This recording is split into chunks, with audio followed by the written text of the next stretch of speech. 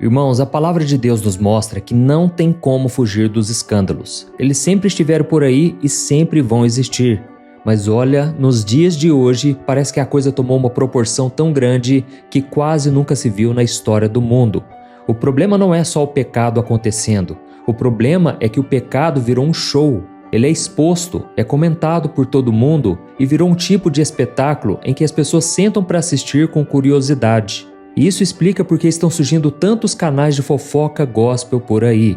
E o que a gente mais vê hoje em dia são cristãos e até gente que está em cargo de liderança em cima do altar, envolvidos em brigas de família, em confusões com dinheiro, em problemas morais e até em rolos políticos que ninguém consegue explicar direito. São situações que machucam demais a fé de pessoas simples que estão tentando caminhar com Deus.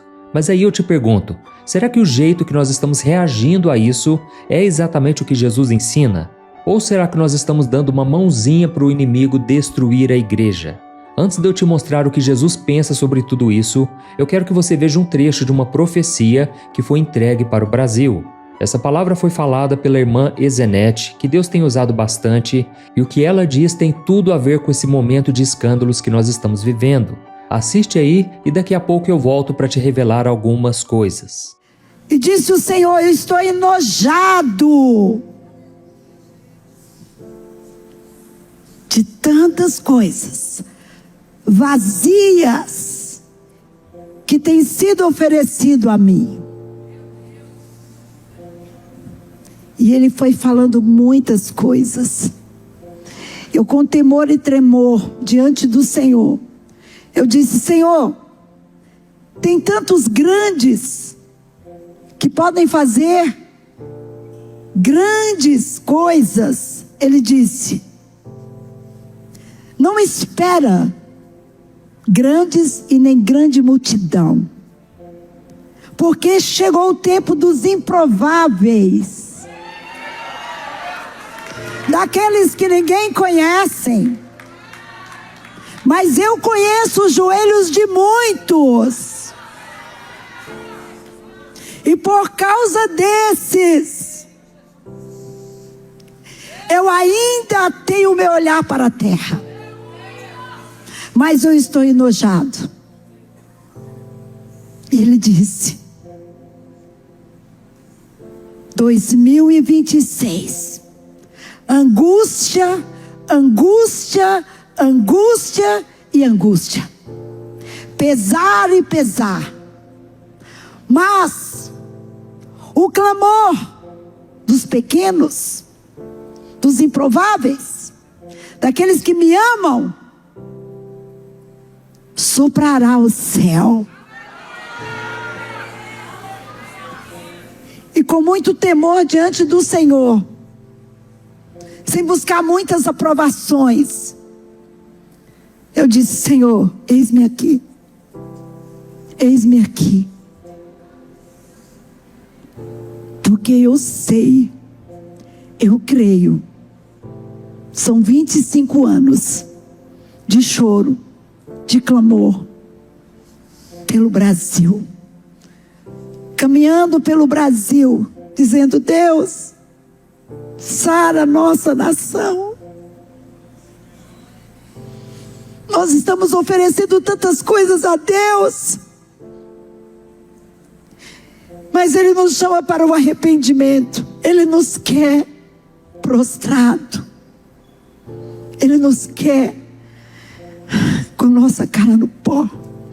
Ele disse: essa caça de demônios que tem rodeado a terra só sairá com jejum e oração. A igreja está adoecida, enfraquecida, porque não jejua.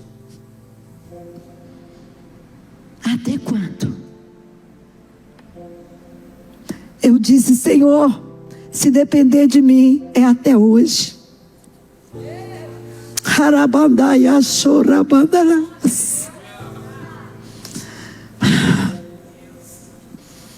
Portas largas sem a minha presença. Eu não me calarei, eu não me aquietarei, enquanto eu não ver uma igreja vivendo um verdadeiro avivamento. Mas não há avivamento sem arrependimento, não há avivamento sem choro, sem gemido. Nós estamos confundindo. Nós falamos de avivamento, mas eu estou aqui para dizer: não tem avivamento. O Senhor nos chama para o arrependimento, para voltar às primeiras horas, para sondar os nossos corações. Aonde estão os profetas? Onde estão aqueles que passavam madrugadas e madrugadas? Mas o espírito do cansaço tem dominado o povo de Deus. A exaustão tem nos dominado. Nós temos muito a fazer, mas pouco para oferecer ao grande eu sou. Olha isso, irmãos, depois de ouvir uma profecia dessas, a gente entende que o tempo está chegando e que Deus está vendo tudo que nós estamos fazendo. Mas agora vamos falar sobre os escândalos que Jesus sabia que eles iriam acontecer, mas ele deixou um alerta não só para quem comete esses erros graves, como também para quem fica espalhando essas notícias, principalmente com aqueles que estão começando a vida cristã. Olha só o que Jesus disse em Lucas capítulo 17, versículos 1 e o 2. Está escrito assim: Jesus disse aos seus discípulos: é inevitável que aconteçam coisas que levem o povo a tropeçar, mas ai da pessoa por meio de quem elas acontecem. Seria melhor que ela fosse lançada no mar com uma pedra de moinho amarrada no pescoço do que levar um desses pequeninos a pecar. Olha isso, irmãos, deixa eu explicar primeiro o que significa esse ai que Jesus falou. Muita gente lê rápido e acha que Jesus só está dando um suspiro ou falando, tome cuidado. Mas no escrito original em grego, esse ai é como um grito de dor, é um lamento de quem está num enterro, num velório. É algo muito sério. Então, quando Jesus diz ai daqueles, ele não está dando um conselho de amigo, ele está dando uma sentença de juiz. É exatamente o contrário das bem-aventuranças. Por exemplo, em Lucas capítulo 6, o versículo 20, Jesus disse: bem-aventurados vocês os pobres, pois a vocês pertence o reino de Deus. Mas no versículo 24, ele fala: mas ai de vocês os ricos, pois já receberam a sua consolação. Ai de vocês que agora têm fartura, porque passaram fome. Ai de vocês que agora riem, pois haverão de se lamentar e chorar. Então, irmãos, entenda uma coisa. Esse ai que Jesus usou para quem comete o escândalo, mas também para quem espalha o escândalo, é o mesmo ai que ele usou para aqueles fariseus que fingiam ser santos, mas que no fundo impediu as outras pessoas de entrar no reino de Deus. E o que eu quero com esse vídeo não é ficar apontando o dedo para ninguém, eu não quero alimentar a sua curiosidade com a vida dos outros e nem transformar esse canal num tribunal para condenar ninguém. A pergunta que eu quero deixar no seu coração hoje é muito mais profunda. O que é que nós, como igreja, estamos fazendo quando aparece um escândalo? Será que a gente está realmente ficando triste, orando pela pessoa? Ou só estamos ajudando a passar o mal para frente, fazendo com que muitos se desanimem de ir na igreja e principalmente ouvir a palavra de Deus? Olha só, irmãos, nós vamos tentar primeiro entender o que Jesus chama de escândalo. Quando a gente ouve essa palavra hoje, a gente pensa logo no erro lá do começo, né? No pecado que a outra pessoa cometeu. A gente vê o nome de pastores famosos, a gente vê o nome de denominações grandes sendo jogadas na lama em manchetes de jornais, mas no ensino de Jesus aqui, o foco não é só o que a pessoa fez. O foco dele é o estrago que esse ato faz na vida de quem está em volta. Na Bíblia, o escândalo não é só o fato de alguém cair. O escândalo é fazer outra pessoa tropeçar por causa disso. A palavra original para escândalo é escandalon, e esse termo está muito relacionado a uma ratoeira que machuca e segura a presa quando ela vai buscar comida. Então entenda uma coisa, nem todo pecado vira um escândalo público, mas ele vira escândalo quando ele é exposto sem nenhum temor a Deus e quando as pessoas se alimentam daquela notícia sem nenhum amor ao próximo. É como se a gente ficasse feliz com a tragédia dos outros, sem se importar que por trás daquela notícia, daquele escândalo, existe uma pessoa, existe uma família, existe uma igreja que ela frequenta, e nós não temos noção do quanto uma fofoca ela pode causar estragos.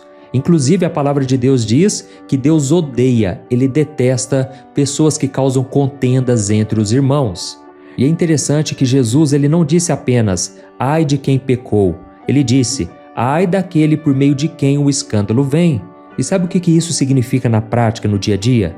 Significa que lá no tribunal de Deus, a pessoa que ficou espalhando escândalos para todo mundo, ela vai ter que prestar contas pelas almas que deixaram de crer no Senhor por causa daquela notícia. Eu sei que nessa hora você pode estar pensando, ah, pastor, mas as pessoas têm que olhar só para Jesus e elas estão erradas se elas se afastarem de Deus por causa de alguém. E é verdade, irmãos, as pessoas devem colocar sua fé em Jesus, mas muitos ainda são considerados pequeninos. Esses homens e mulheres que estão começando na caminhada, muitas vezes eles não têm uma estrutura ainda. Eles ainda precisam atingir uma maturidade espiritual e nós somos responsáveis por apoiar, por ajudar, porque é assim que o corpo de Cristo funciona. Amém? E o escândalo, irmãos, ele pode até começar com alguém que está lá no topo, na liderança, e essa pessoa, é claro, ela vai pagar caro se ela não se arrepender. Mas esse erro só cresce e viraliza quando alguém resolve espalhar para todo mundo. E muita gente também pode estar pensando assim, ah, pastor, mas eu não tenho culpa do que os outros fazem. Pois é, talvez você não foi o primeiro que pecou, mas será que você não está sendo uma ferramenta do diabo para espalhar isso para outras pessoas? Tem muita gente, irmãos, que não caiu no pecado de trair o marido ou a esposa, não roubou dinheiro, não mentiu, mas está ajudando um monte de gente a tropeçar e desistir da fé cristã, porque simplesmente não consegue segurar a língua dentro da boca. E o que tem me deixado mais triste ultimamente, irmãos, é que esses pequeninos, que é aquela irmãzinha simples, é o novo convertido que saiu da vida errada semana passada, é o jovem que está tentando entender se ele vai servir a Deus de verdade, e essas pessoas estão ficando cada vez mais desanimadas, elas estão ficando confusas, elas não estão conseguindo encontrar um lugar seguro, e a igreja deveria ser esse lugar. E essa história de que não precisamos da igreja para servir a Deus, irmãos, é uma meia verdade. Porque lá em Hebreus capítulo 10, o escritor diz que não devemos deixar de nos congregarmos como igreja, ainda mais agora sabendo que Jesus está voltando. Então, irmãos, precisamos nos unir mais, precisamos ser conhecidos pelo mundo por causa do amor que nós temos uns pelos outros. Amém? Eu quero agora continuar esse texto que eu li para você sobre os escândalos e você vai ficar impressionado de ver como deveria ser o tratamento com uma pessoa que cometeu um escândalo ou uma pessoa que está em pecado e que muitas pessoas talvez já estejam sabendo. Olha só o que Jesus escreveu lá em Mateus capítulo 18, onde ele ensina a gente a lidar com os erros dos outros de uma maneira muito clara. Ele começa dizendo que o primeiro passo deve ser sempre somente entre você e a outra pessoa. Olha só o que ele disse.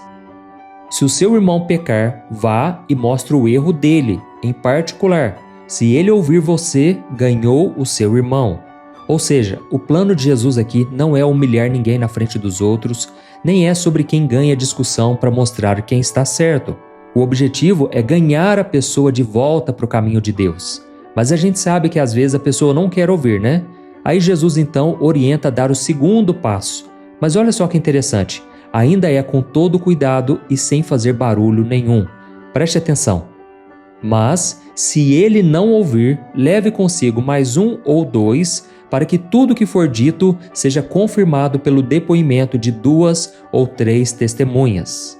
Olha isso, irmãos. Agora entenda uma coisa. Isso aqui não é para sair fazendo fofoca no grupo da família e nem para montar um tribunal na igreja.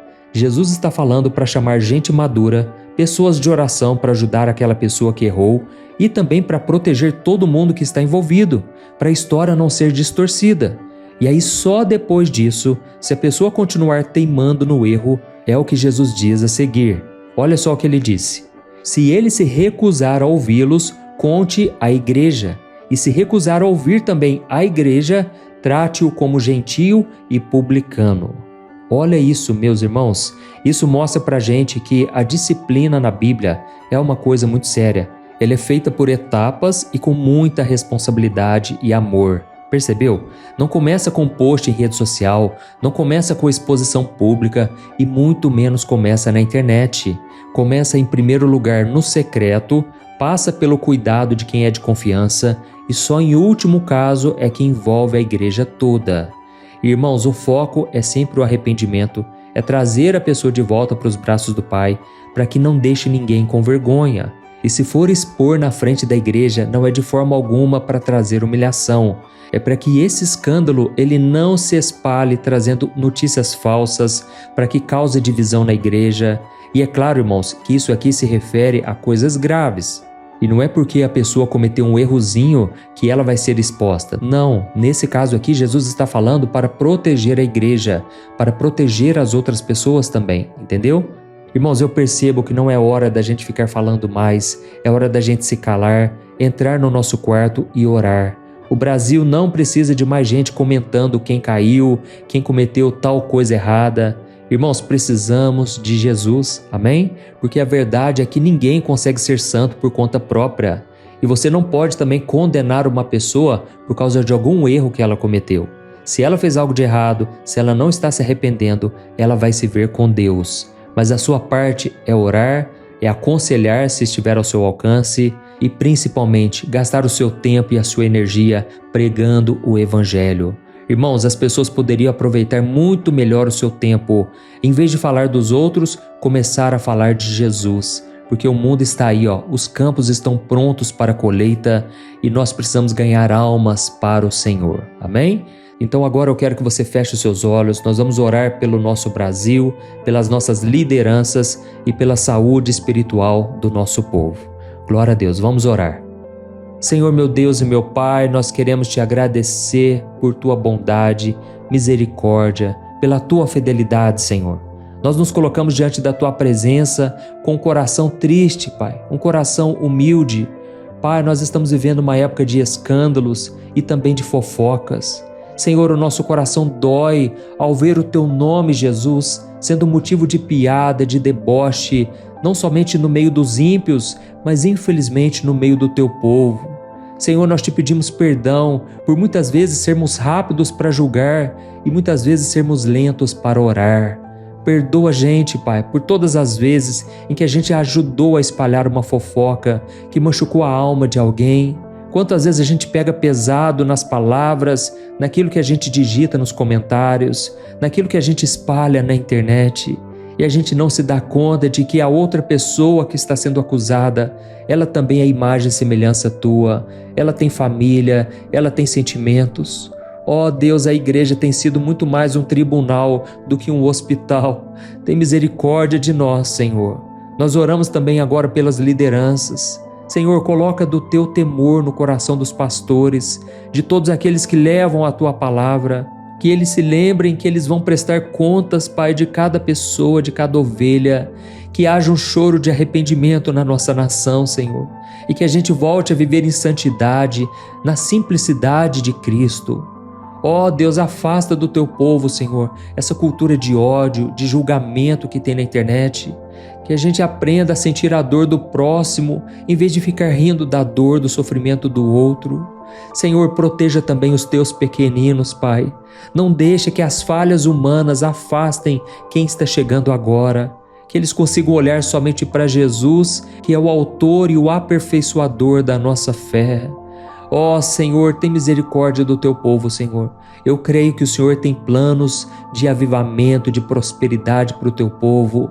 Mas, Senhor, hoje é tempo de choro, é tempo de lágrimas, é tempo de arrependimento. Senhor Jesus, tem misericórdia de nós e mude o nosso coração, a começar pela nossa vida. Queremos fazer a diferença a partir de hoje e que o Senhor coloque pessoas no nosso caminho para que possamos evangelizar, para que a gente possa dar um bom testemunho e que possamos ser pacificadores, que possamos buscar a paz acima de todas as coisas. Pai, eu te agradeço por tudo e eu te peço agora que esse vídeo se espalhe por todo o Brasil, que muitas e muitas pessoas assistam isso aqui, Pai, porque eu creio que precisamos da tua verdade, só ela pode nos libertar. Em nome de Jesus que eu oro e te agradeço. Amém. Glória a Deus.